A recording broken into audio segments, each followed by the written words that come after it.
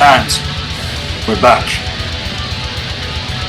This is Sethikus Boza, Black Earth Productions, Blue Flame, Healing Arts, and Occult Science, Temple of the White Dragon. I had to get on here for another segment to expound upon some things. And first and foremost, call out this simulation bullshit that is still being spun by individuals out there who are on the flux otherwise to assume that we're living in some kind of quote-unquote matrix. Wrong. No. The simulation in context is what is now being fused into the infrastructures of slavery that have already been constructed around you in terms of denial and escapism from reality, being cut off from what's actually real. It may be a factor in terms of a theory, but it does not define actual reality. This again is what the lower vampiric forces have further been working to pull people into in terms of these assumptions, also to some kind of future when there is no future in terms of the AI timeline trajectory, especially when they really started to spin this shit since 1999, and especially now since it was implemented in 2020 to pull this realm into the parallel Earth timeline, which again is the goddamn AI timeline trajectory on top of everything else. And to stand there and say that your actual physical body isn't real on top of it, or be given to assume it's some kind of flesh prison and it's not a part of who you are in terms of our organic connection to ourselves as with nature and the universe on a multidimensional level, blood codes, an actual fucking identity where everything is solidified in terms of reality is the actual truth that they don't want people to fully understand, let alone how it actually works otherwise. Metaphysics to high magic. In this segment, I'm going to go deeper in terms of how things actually work in terms of reality, which for some may seem like some kind of fiction match otherwise, would only reveal the conditioning against reality with these types. And further, for those that have bought into this simulation psyop bullshit, which is starting to overtly enslave our realm even more than it was, realize that this is actually reinforced by the amplification of religion, as it's been over the centuries in denial. People given over to these bullshit narratives are all designed to cut us off from ourselves and one another, cut us off from nature, to cut us off from the universe and our actual codes and memories to our eternal spirit and everything that was originally designed to activate and anchor the higher gridworks of consciousness here on ground level to be a partaker again of the biospiritual regenesis in order to heal and remember. And the one thing that has been targeted the most, let alone forgotten, is the actual power of the imagination. The Magi nation. People who are running with this idea of a simulation are being more enslaved, assuming freedom from what you are being conditioned to assume is the simulation. All these individuals are being tricked into thinking, into assuming these things, especially about the physical body on a multidimensional level, when in fact it's the exact fucking opposite. And they have been getting pulled again into these assumptions that this experience that we are having here on Earth is not reality. And see, this is a paradox at this point because of what has been implemented to what I am getting at. This is one major aspect of what I will speak about here in context to overlays and distortions. And what's worse is when individuals who are now consulting AI through Grok or Alexa or whatever the fuck else as some kind of all-knowing oracle and all of this other shit to gather for themselves some kind of alleged quote-unquote truth otherwise. Don't you see what the fuck is happening? They can't even get it within themselves. And the reason why they're reaching for this bullshit is because people have begun to lose their hopes and forget their dreams, and people to it continue to become more retarded and is greatly lowering their actual IQ capacity while assuming higher consciousness. These types truly do not know the fucking occult whatsoever, let alone know what proper knowledge and wisdom requires to be obtained. You're not going to get it through AI or jacking into the metaverse and all this other shit. It happens when you actually activate your templating and make connection to the higher force in terms of core intelligence. In fact, that's where all of it actually starts. Otherwise, in order to navigate and take the true quest of incarnation is to move through all of these other things correctly. This is not my truth. No, this is quite literally what truth itself reveals to those who actually seek it. You can check it for yourselves, let alone the warnings that have been given myself and others in network against that which is artificial, that actually get it and have done the real work, who can all verify this as well. I'm calling out this whole notion, as well as what gets people making up whatever quote-unquote truth is to them in order to justify insanity. This is one of the greatest fucking lies being spun and bought at this point still, and it's only proving one thing otherwise to what I said. They are being pulled into this fucking simulation bullshit to co-sign it in denial. And all of what I observed to this is quite literally fucking proving what I am saying. Irrational bullshit being spoken of as quote-unquote rational when it could not be further from the truth otherwise. I need all of you to stay sharp as fuck out there. It was unbelievable what I was observing. And I have to say this shit to make the point to that fact. All of it has already been disproven. But just like certain great philosophers have said over the ages, people want to cling on to their illusions to negate the responsibility it takes to master being human here in this realm. Shit, also the flat earth, which I also have to call out, has also been disproven again. I myself have seen the curvature of the earth and have intel as well as knowledge to it that came straight from ancient Kemet. We're not living in a simulation. Humans are being pulled away from nature and the universe in alignment otherwise into an abysmal situation, taken by it, and are being cut off in terms of mind control. After a certain point, you can't even reason with these motherfuckers. They cannot even acknowledge basic physics anymore, let alone metaphysics on an advanced level. They haven't truly come into the knowing of our actual occult history as well. And is why all of this is happening otherwise to offset the trajectory of the original timeline. That is what they don't want people to remember past it all and to be made clear otherwise. So for all of you here in terms of Temple of the White Dragon Mystery School, make a major note of this because, again, as I've said, as for certain individuals out there who are allegedly quote-unquote prominent, get ready for them to fucking fail you otherwise. It's already happened on a certain measure from my point of view, and hopefully they'll catch it otherwise. Because what's worse is that people still just go with it like lemmings off a cliff, like the fool, because so-and-so said it, and they have not been taught how to critically think for themselves, let alone have been initiated into the actual mysteries in terms of the occult to even discern or know the fucking difference.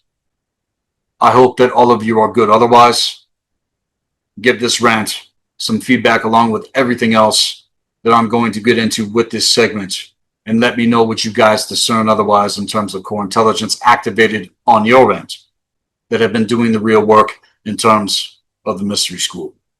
Let's pull this into an actual discussion and comments, because this is clown shit times 100,000 in context to what I'm getting at. And it's the contrast that we are up against that's violating reality, that is violating the isness of existence, let alone the power of the imagination. People are not becoming more intelligent. They are becoming stupider to assume that AI is beyond actual core intelligence ignitions of an activated human here on ground level, let alone someone who is actual shaman class and shamanic bloodline lineage like myself that has clearly seen the difference into other realms and timelines of any universal world that you could imagine. And I've been sharing the difference, anchoring the higher on ground level the best that I can, living it for years now. as with others out there in terms of this.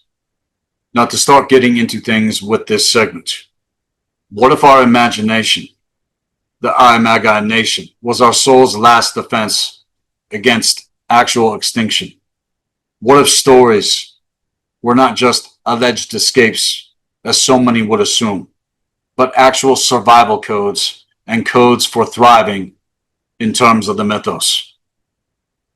Again, to quote master teacher Dr. Phil Valentine from his dissertation via The Wounded Womb, it states that the mythos is not merely a dead letter fairy tale of the pretend achievement of the ancestors. It is an allegorically encoded schematic which contains the metaphysical formula of the higher occult sciences, and when it's acted out through ritual and ceremony to life, myth teaches, regulates, heals, and transforms within the collective consciousness of the ones that birthed it, and to enter into the mythical dimension of existence through ritual to our lives is to enter into a time of primordial unity where things were and are still in divine order. And as to this otherwise, the world around us continues to crumble and fade into a less than exemplary existence where myth and legend were once lived as it was one time in full alignment. You must understand that you have been lied to, and you continue to be lied to. You've been lied to your whole entire existence, even in terms of lifetimes otherwise and context to our ancestors, having been pulled away from the truth systematically as things have digressed into a world devoid of high magic and imperial ideas, which existed in a world only dreamed of and more than less forgotten in our modern world. Life has been given over to a certain devourment. Wonder has been anesthetized. Most of your childhoods, unfortunately, have been medicated. And in turn, magic is thus mocked or thought of as some kind of fantasy. I can assure you that high magic is very, very ultra fucking real. And so is the absolute power of our capacities when it comes to the imagination and what it's actually capable of. And somewhere within the decimated ruins of your mind and attention otherwise, this nothing grows. And see, the nothing is not the actual abyss itself per se, but the great devourer that precedes it. And as depicted in terms of the mythos, again, in terms of teaching with the mystery school, the nothing in terms of the great devourer is Apophis. The great devourer is Jormungandr, reflected the great mystery and paradoxal factor of what the symbol of the Ouroboros actually is, and also to its antithesis and alignment otherwise. For without proper knowledge and wisdom, we cannot know when it is necessary to devour and destroy a thing, when in fact from time to time it actually is. And as to the paradox between those measures and alignment, well, we are crushed in order to become. Again, without proper knowledge and wisdom, we cannot know which principles and fundamentals to apply when necessary without wisdom. For all things in terms of existence serve their function, whether in alignment or out of alignment, and depending on the consciousness capacity of the observer to these things, all will be reflected, the soul and actual alignment. And as to the latter, to the ultimate extreme, the utter fucking devourment of it being harvested. This along with your potential in terms of activations to high magic, your Magi nation will be lost forever, and is what needs to be mastered of the great quest we are all taking here in this realm. And in terms of the nothing, it doesn't just erase. It convinces you that there's nothing worth remembering. It's that insidious voice which comes from the abyss itself that says things like, this is some kind of childhood fantasy, or that they're nothing but hollow chambers of escapism from reality, when in fact It's quite the fucking opposite. This is what your parents and your teachers and your assumed authorities have taught you. It's what you were indoctrinated with otherwise. And in terms of the segment, realize that the never-ending story, as with the clips that I'm sharing here with this segment, is not some fantasy fiction bullshit. In fact, the never-ending story is the exact opposite in terms of what I'm getting at. And this is something that I've actually wanted to get into for quite a while now in terms of the actual platform, as it reflects the whispers of our unconscious mind that is devoid of nothing in terms of the paradox. It reflects the whispers of the human soul, let alone its condition otherwise when faced with the dread idea that someday you're gonna fucking die, and that all of this is just a waste of time, and you may as well decide to give up and do what you're told by your owners so that you don't have to take the actual quest of incarnation and come into alignment with the very purpose of your existence. And realize why. You know that for some reason, day in and day out, even knowing the difference within yourself and individuals like myself know that there is a force that is working to very slowly and over time to its distortion fields devour existence itself. Yet at the same time, life is thriving all around us. And into all of the ways that this kind of shit plays out, this is what the parasitic guide leads everyone else into otherwise. The realms of hopelessness and despair. This, however, is a transmission wrapped in myth, which is a myth that only lives if you are willing to accept its place in terms of reality, let alone to your own life in terms of the hero's quest, is the ultimate quest in terms of remembering. These are principles and fundamentals which have been utilized in terms of the true mythos, especially when it comes to the Nordic Germanic traditions, let alone the true traditions of your ancestors, which you have been conditioned to forget and have not been taught otherwise. Generations that have preceded you were taken off the path and pulled into the sub-realms of human slavery and a condition which has shackled all of these individuals unwitted into a false simulation. That is the real fantasy fiction bullshit that you have been lulled to sleep by. That is the illusion in terms of the miasma. And when it comes to the true story that you've all been conditioned to abandon, this is your own story to it. This is the story of your life, let alone lifetimes to this reflected our true occult history, which has been concealed. See, in truth, it cannot be found in books, but only in the blood of remembering by taking the quest yourselves. And this is what the books of life actually reveal to the great mystery itself. Realize that in this realm, we are on a rescue mission. Those of us who already know the difference, having taken the quest ourselves. And in terms of the allegory via the never-ending story, as you can see here with what I'm sharing with this segment, Bastion, in terms of archetypal consciousness, represents the original logos and fractured ego. In other words, as I put it, when it comes to the teaching with the Mystery School, Bastion is the eclipsed soul spark to the paradox, who from a certain point of view has ignited, but is still drowning in the world of illusion. It is the world around him that he knows that there is something very wrong with it. And how is it that he can see it and sense it and others can't? And in terms of this, he's looked upon as strange and hard to understand.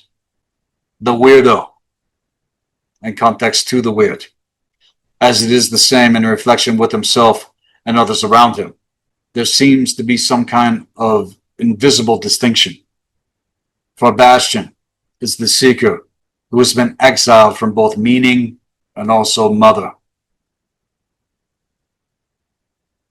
Take it upon yourself, if you have not seen this movie, to go watch it and pay very close attention. because at a certain point, he finds himself in an attic, and not in terms of escapism for fear, but in terms of ritual within an actual temple that he has been led unto himself, away from the world, lost in the illusions of reality. And the book which he takes from a certain gatekeeper upon his quest is a relic that is designed to ignite what is there within his blood. And his reading to it is an evocation which reflects the condition of his very soul. So when it comes to this great, never-ending story, to read it is to enter. To speak it is to evoke and summon. And as the pages turn to be observed and calculated, as his unconscious mind begins to spill into the light code codex upon the pages, revealing the script code of memory, then comes Atreyu, who is vibrant, courageous, and marked for destiny by the entire realm of the very mind itself. And in terms of this, Atreyu is not Bastion's opposite. He is his projection of his very soul, unbound and unrestricted by all of the overlays and distortions in terms of Bastion's assumed identity otherwise. The false identity, the inauthentic self. Atreyu represents the heroic impulse that has been stripped of self-doubt. And in terms of this specifically, he carries no weapons as required at the beginning of his quest. He rides a dying animal. He walks through grief and sadness and despair with no one else to assist him. He represents the ego's dream of strength made mythic and mythopoetic. And in terms of this quest, it's not one of conquest, so to speak, but of sacrifice unto himself. Where yes, he is going to lose, he is going to suffer, and he is utterly hunted to be destroyed. And in doing so, he becomes the soul's passage through pain and trial. And waiting beyond the trial is her, the childlike empress. She is ever observant. She is sovereign, not helpless, so to speak, but truly holy in reflection to what the true mythos and context to Idun reveals. She is the womb gate of all existence. She is Eden, which gives birth to the true self, the radiant core intelligence of the psyche, the womb gate of all existence. The womb gate of all existence. She is Idun, and she's dying. Not from wounds, but from forgetting. For she has for some reason forgotten her name and needs a name unto herself. And not just any name. She needs our names. Idun needs our names, which are the secret syllables that only the heart remembers from a place of core intelligence. See, she's not saved by force, but by a knowing and remembering. And when Bastion calls to her, he calls into the hidden God realms within the soul to wisdom. The realm of the true goddess. He calls to memory, myth, and meaning.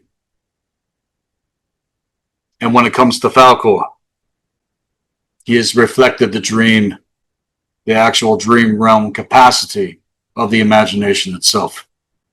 He represents no limits, where even time and distance are nothing that he has not mastered. He is the great dragon in terms of pure consciousness capacity and focus to vision and purpose. He is a part of the paradox of what the true guide to core intelligence actually is and represents. The muse of the higher force and power reflected in terms of the great remembering. He is ultimate courage. He is raw power. The dragon upon which we ride when ignited from a place of core intelligence. He is the internal dragon. He is the phoenix, which forever glides upon the wind and currents of the soul. He is the psychopomp, who from time to time does not follow logic or necessarily a rational trajectory. No, he is guided by the inner knowing and is the inner knowing reflected. And in terms of the luck in context to the psychosomatic northern soul complex, that specific teaching. Luck here is not by some random chance. It is by synchronicity.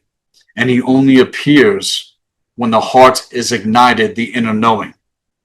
He is the ignition.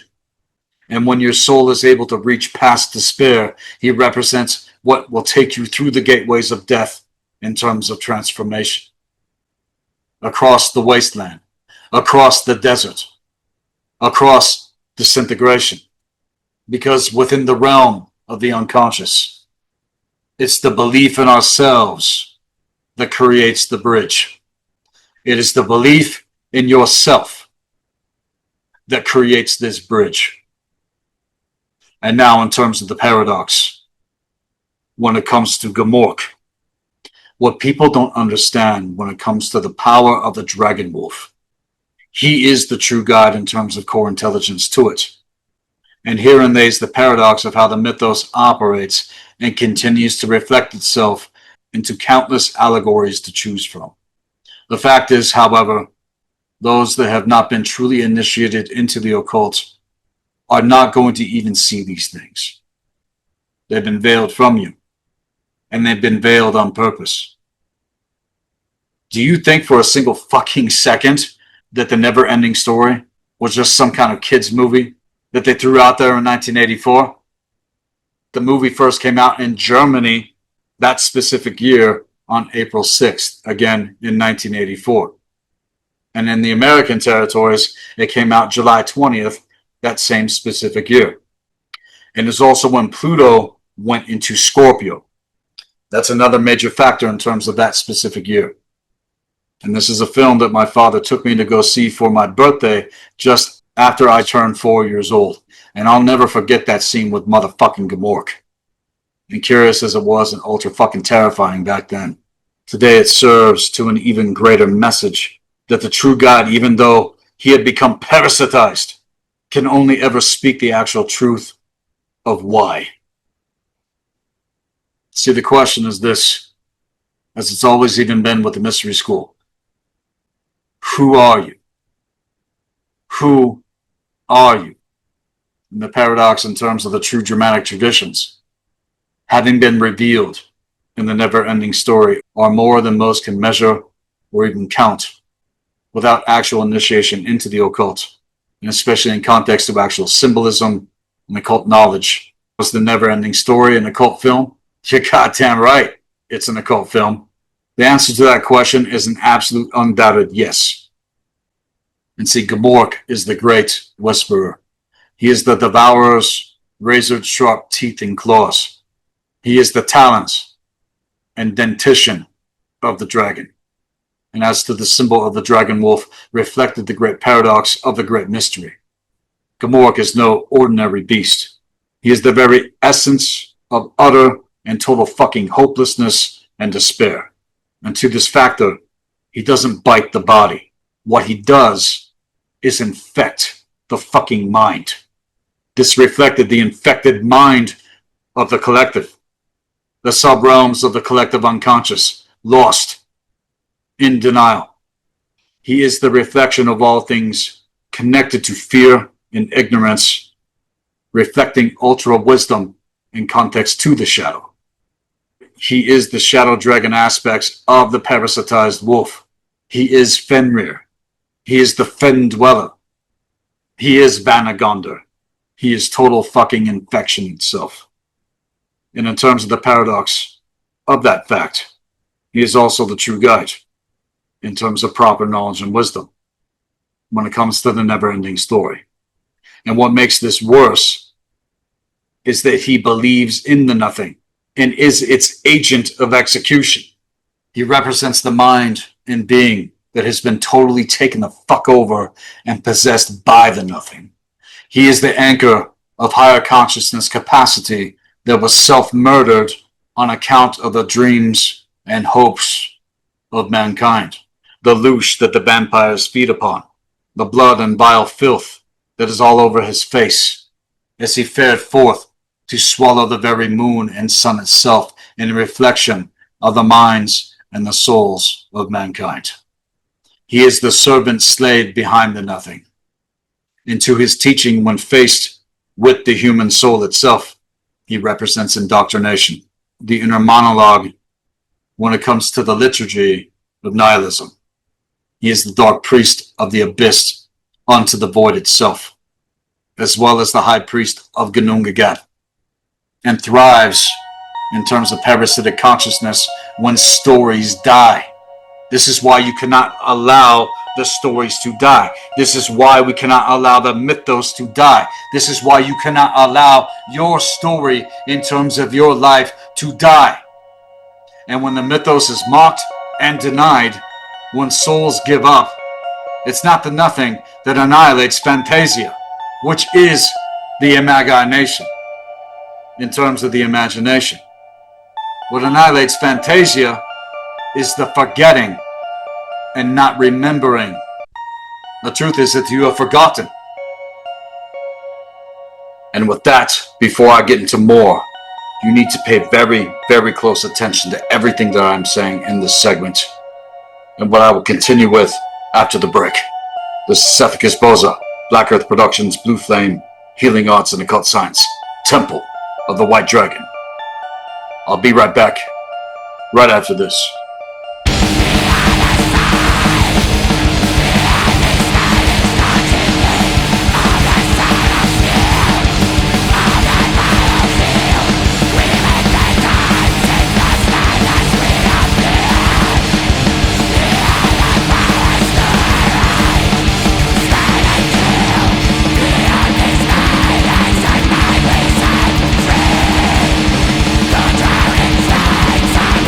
Touch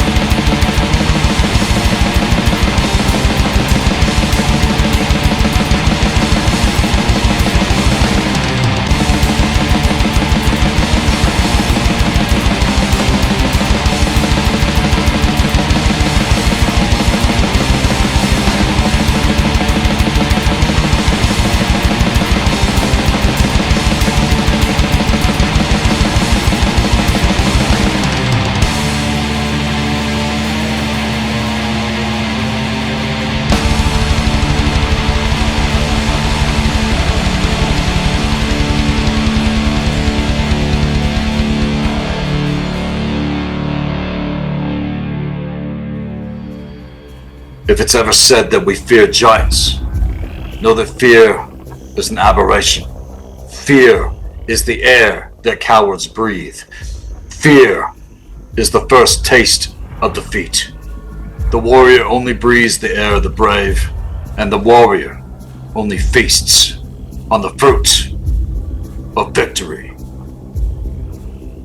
This is Sethikus Boza, Black Earth Productions, Blue Flame Healing Arts and Occult Science, Temple of the White Dragon. And now to continue with this segment. You have forgotten reality. You have forgotten how things actually work. You have forgotten yourself. What is the nothing? It's actually more of a symptom than an actual force. In terms of spiritual entropy, it's the absence of wonder. It's the flattening of the soul. It's slow. It's fucking numb. And manifests when the imagination is left to rot in chaos and writhe in fear. It's the essence of hopelessness and despair.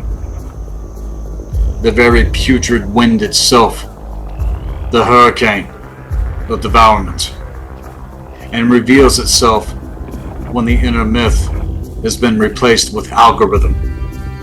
It is reflected to that poison of algol. It is entropy. It is chaos, stagnation, and it is wrought from the inside out. As above, so below. Its toxic winds will billow around you when boredom and negation take the place of belief in yourself, and it's what the anti-self is. That which is the antithesis of the soul. It is the erasure of meaning. It is the erasure of thought and memory. It's the goddamn erasure of magic itself. It is the erasure of your dreams that have been laid to waste and have become dead. And it grows when you stop telling stories and stop teaching in terms of the mythos. This is not a fantasy world in terms of escapism. Fantasia is not fiction. It in fact is the isness of the pleroma itself, the fullness of soul. It's not bound by time, logic, or physics, but is shaped by the inner knowing, ignited the gates of core intelligence to the very imagination, the Magi nation. Guarded by the great Galder of ages, those that have evoked the great mysteries of existence around fire and ritual, and have experienced the quest in terms of this for themselves. This, of course, can manifest in many different ways with individuals in terms of life. But the fundamentals and principles are the same in terms of the universal laws of metaphysics and the eternal axioms. There is no other story in terms of our modern history that has been tapped the wellspring of wisdom in the ways that it has, reflecting the birthrights of mankind. And when you forget the logos in terms of your rights of life to this, the cause and effect factors in terms of life, the cause and effect factors begin the system collapse, then to be faced with the nothing, which is nothing more than the absence of the real. And Bastion, again, he's not just the reader in terms of this allegory. He is the logos itself, the word made flesh. He is the Galder, calling for the restoration link between the world with wisdom. He's speaking the lost word in context, and is the reactivation of the soul's true language, and bridges the exile. However, even in sacred realms, the trials and tests await us all. And because Fantasia cannot be saved from the outside, only the one who is able to cross the threshold of belief in themselves can change it. He's not trying to escape reality. He's reclaiming it. The attic, again, is not a hiding place. It represents the desert cave of initiation. The book is not just a story. It's a sacred text, an actual living glyph. And it's Fantasia itself that tests him.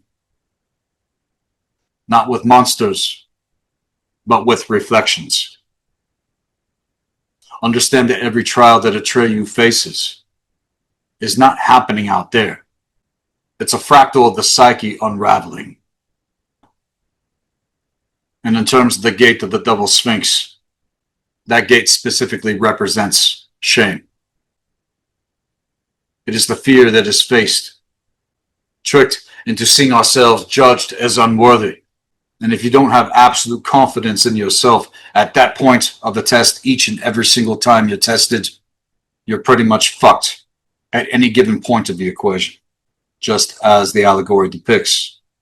Fear and doubt are a plague against the mind, are a plague against the soul.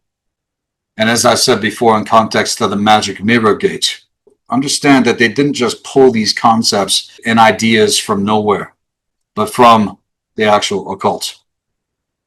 And what is required in terms of being tested to pass these tests in terms of actual initiation.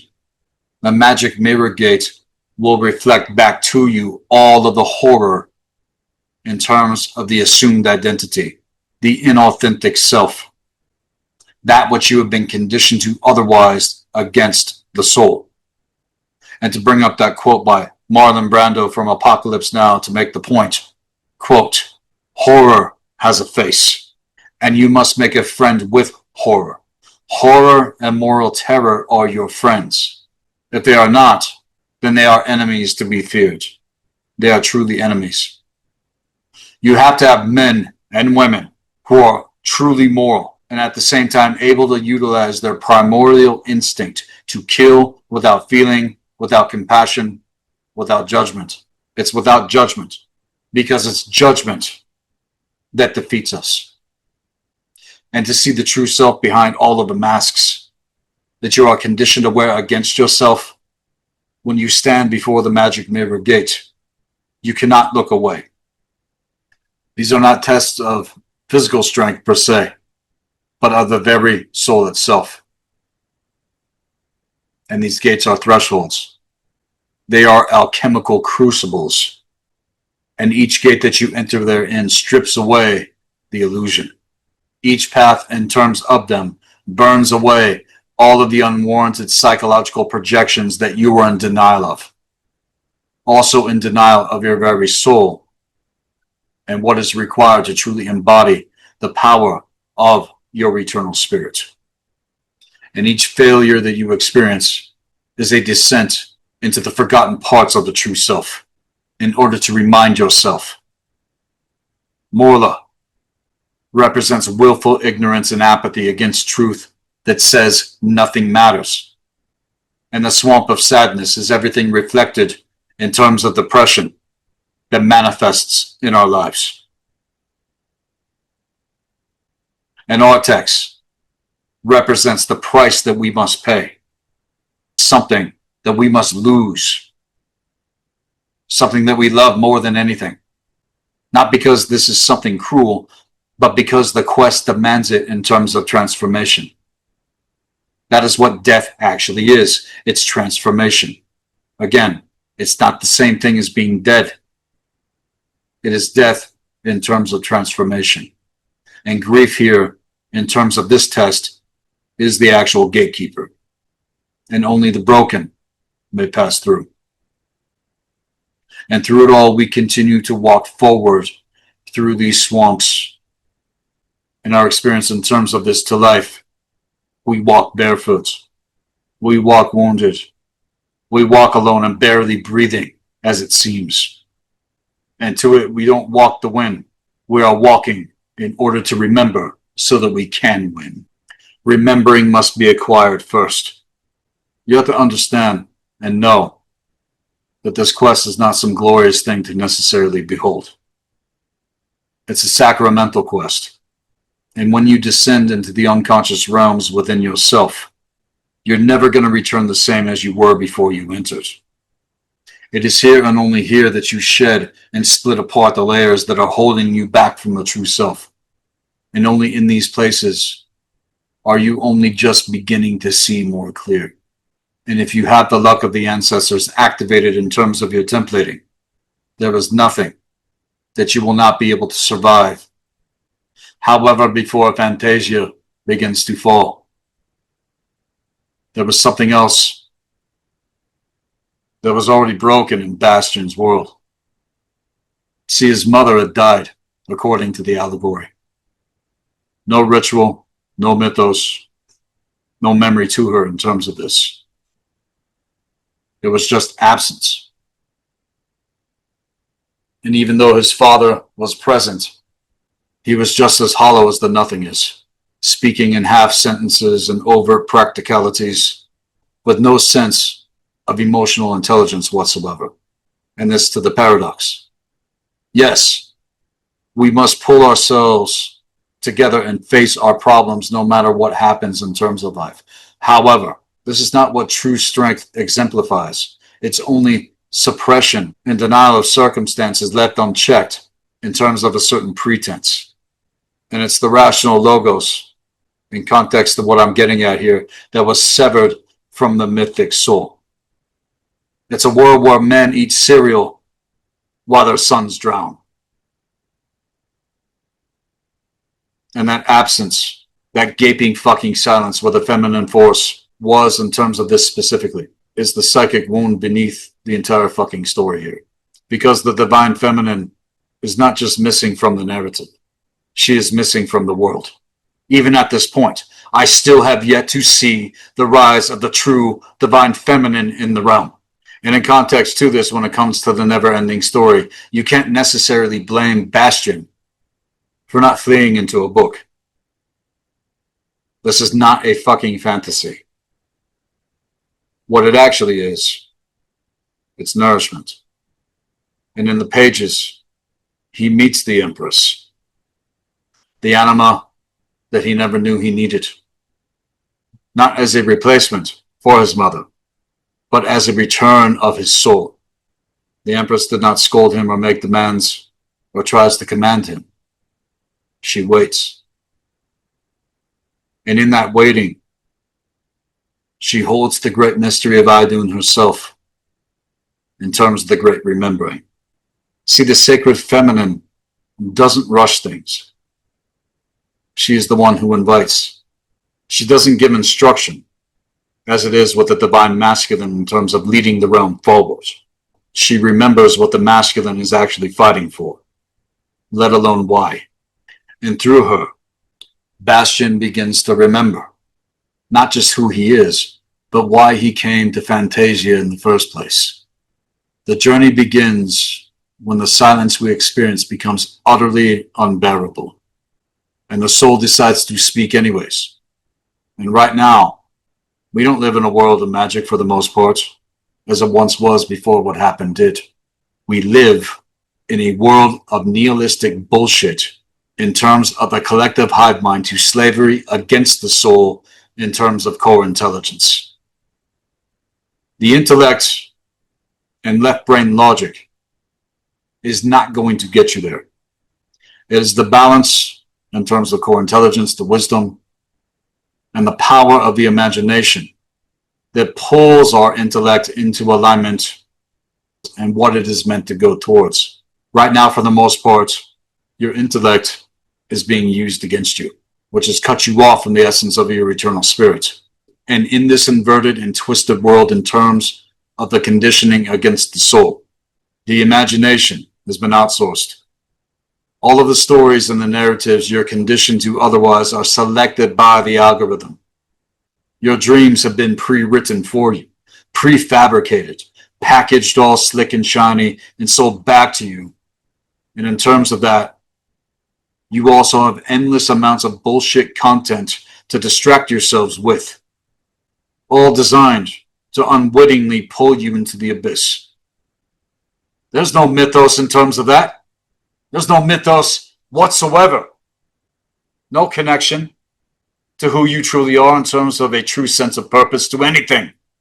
You're just a fucking cog in the machine being slowly drained of your life force over time to be harvested and traded out for the next fucking idiot cog that was stripped of their fucking soul right out of the inverted womb gate of this realm in terms of the paradox. See, you have data, you have information, but no proper knowledge and wisdom. And there's a massive, massive difference. Again, which is ultra specific in terms of what I'm getting at. And what I've been getting at this entire time of Black Earth Productions. And then nothing is fucking here. And see, it's worse than some kind of monster. It's your fucking feeding trough you've been guided towards in terms of the blind leading the blind. It's every time you say to yourselves, oh, this is just a movie, or it's only a story. It's not real. It's just a story. It's every time that wonder flickers and you scroll past it, allowing yourself to be distracted by bullshit. See, the collective loss of imagination, it's not cute. It's absolutely fucking tragic, and it's catastrophic. Because without myth, let alone the true mythos in terms of all of this, you don't just forget the stories, you forget yourselves. And when that happens, my friends, that is when you become programmable. That is when you become a slave to obedience to the programming against your soul. This is where you become disenchanted, silent, and afraid to express the soul authentically in alignment with your eternal spirit, which is exactly what the Dark Ones who have essentially unleashed the nothing into this realm want. That's what they want. See, the never-ending story is not just nostalgic to what we are reaching for beyond all of this bullshit otherwise. It is absolutely and totally fucking prophetic, in that it literally warns us of what happens when the soul dies quietly, when the dream world is abandoned, and fantasia falls, when we stop believing in terms of the great knowing to remember otherwise. And the real belief in yourselves is now an act of rebellion against the ultimate fucking evil. And when Bastion gives the Empress her new name, he's not saving some kind of fantasy. He's saving himself and resurrecting the fucking world again. You're not just watching a film. You're inside it. And the naming and context of what I'm getting at is your role in terms of the new mythos that is meant to be created. This is the purpose of catching up the soul cycles in order to come back onto the original timeline trajectory, taking things back to the original teaching. See, the never-ending story was never about some kind of bullshit entertainment. It was an absolute fucking warning as far as I'm concerned. A ritual, in fact. Because Fantasia isn't gone.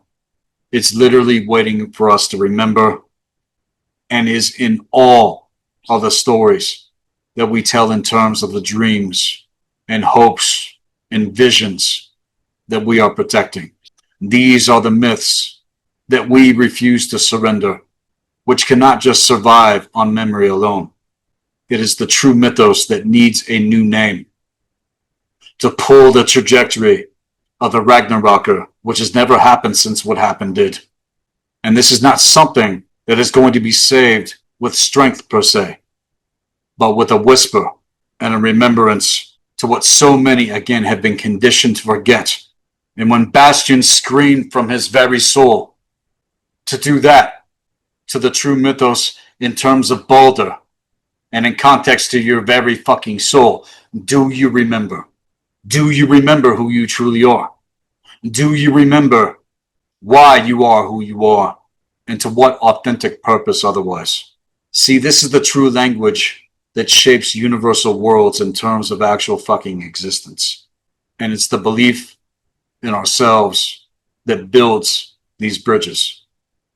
And in truth, you are the one the great story has been waiting for.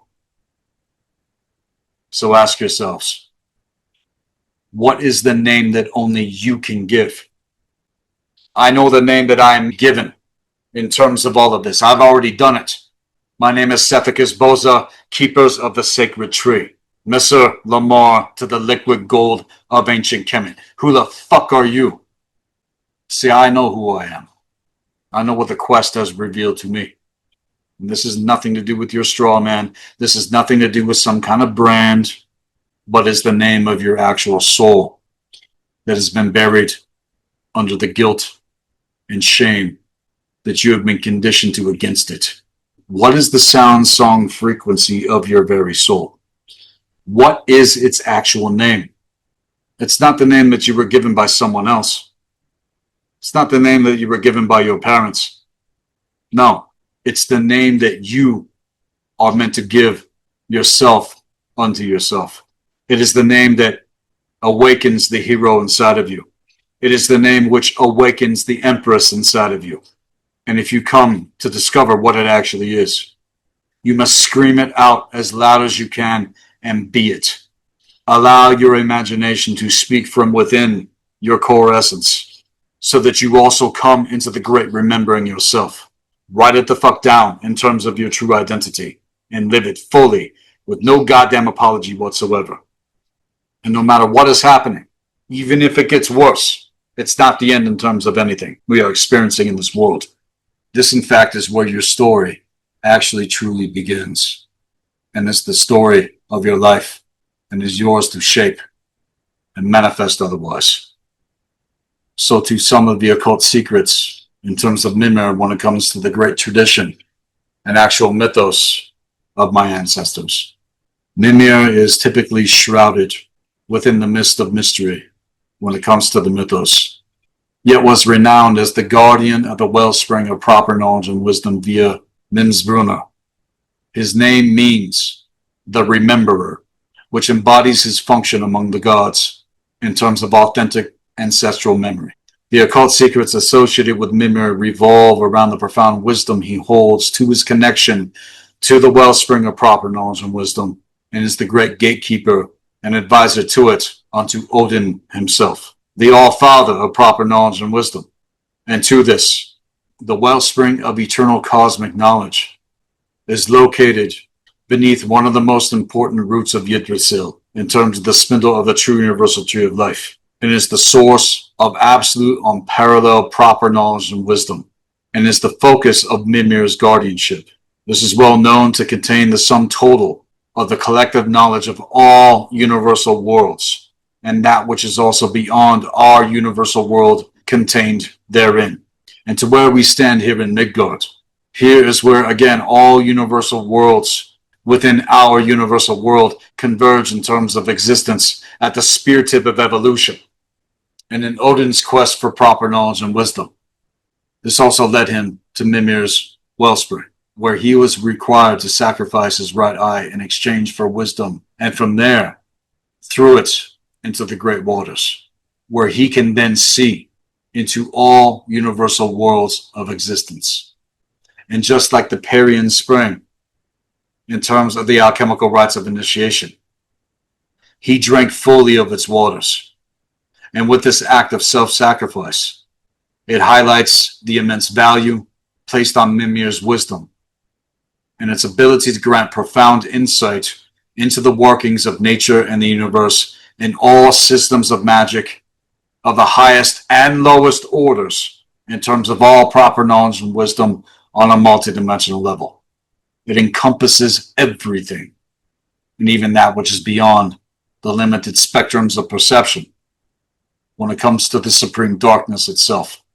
This also is to the original Western traditions of high magic in terms of the kingdom of the Great North. Odin's reliance on Mimir's counsel is evident even after his self-sacrifice took place, and forever has showcased Mimir's continued importance as a source of all occult knowledge and context of wisdom. Mimir's enduring insight has forever followed through, especially when it came to the conflict between the Aesir and the Vanir gods. However, during this conflict, according to the mythos, Mimir was beheaded by the Vanir, and his head was then returned to Odin. And even as it states in the mythos, there are too many connotations to symbolism that I can make here, and what his name actually means. Again, the rememberer. This would be volumes to get into to scale. This, though, is the main point in terms of this segment, because again, as I've said over and over again, you must remember, motherfuckers. You got to remember The question is this, though. What are you actually willing to sacrifice unto yourselves in order to truly remember?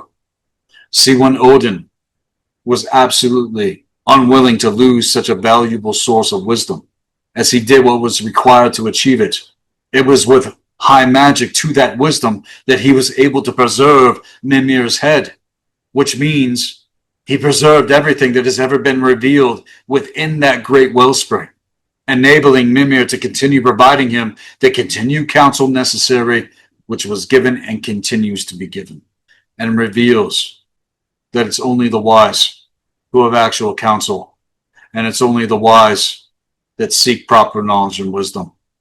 It is the wise that positions themselves to be the eternal student, and with this enduring internal wisdom of Mimir, even in his so-called disembodied state, represents the integration process of remembering despite decapitation from wisdom. It emphasizes the power of his knowledge and ability to transcend any physical limitation, for that which is eternal cannot ever be destroyed. Some interpretations of the Norse mythology suggest that Mimir may have had origins in Jotunheim when it comes to the universal world of giants, given that his wellspring is also situated within, again, one of the main routes of Yggdrasil that leads to Jotunheim. However, this connection hints at a broader scope of his knowledge, potentially encompassing not only the divine realms, but also ancient secrets so beyond imagination to fully grasp, it would take lifetimes to potentially achieve in terms of actual remembering. And in essence, Mimir's occult secrets lay within his guardianship of the wellspring of wisdom as its true gatekeeper, and his role as trusted advisor to the All-Father of proper knowledge and wisdom itself, unto Odin. His ability to impart profound knowledge even after what happened, as stated about his so-called physical demise. I tell you the truth. As I stated, that which is eternal cannot be killed, let alone destroyed. It cannot be murdered. It is waiting there for us to remember. And as our mortal enemies try to hack away and cut us off from the wellspring of proper knowledge and wisdom, when we ourselves sacrifice unto ourselves and seek wisdom, just like Odin did, these elements highlight the depth and significance of Mimir within the tapestry of the mythos for us to seek as a true guide. His enduring role as a symbol of proper knowledge and wisdom and remembering in terms of ancestral memory. It is the remembering which reveals itself in alignment with that spark of core intelligence when it comes to who we truly are. This can only ever be concealed to be unveiled otherwise in terms of actual initiation into the occult, beyond the profane measures used against us in terms of not remembering. The consequence of that manifests, as it's ever been, to total ignorance, chaos, confusion, and slavery otherwise within our universal world. And at the wellspring of wisdom is where you will be fertilized and thus become truly wise. I have truly grown and thrived over the years.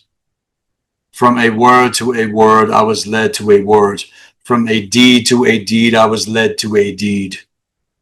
The children of Europe, the children of the West, unto the great North, raised in her fire and fury, have a history unequaled, an occult history that needs to be remembered.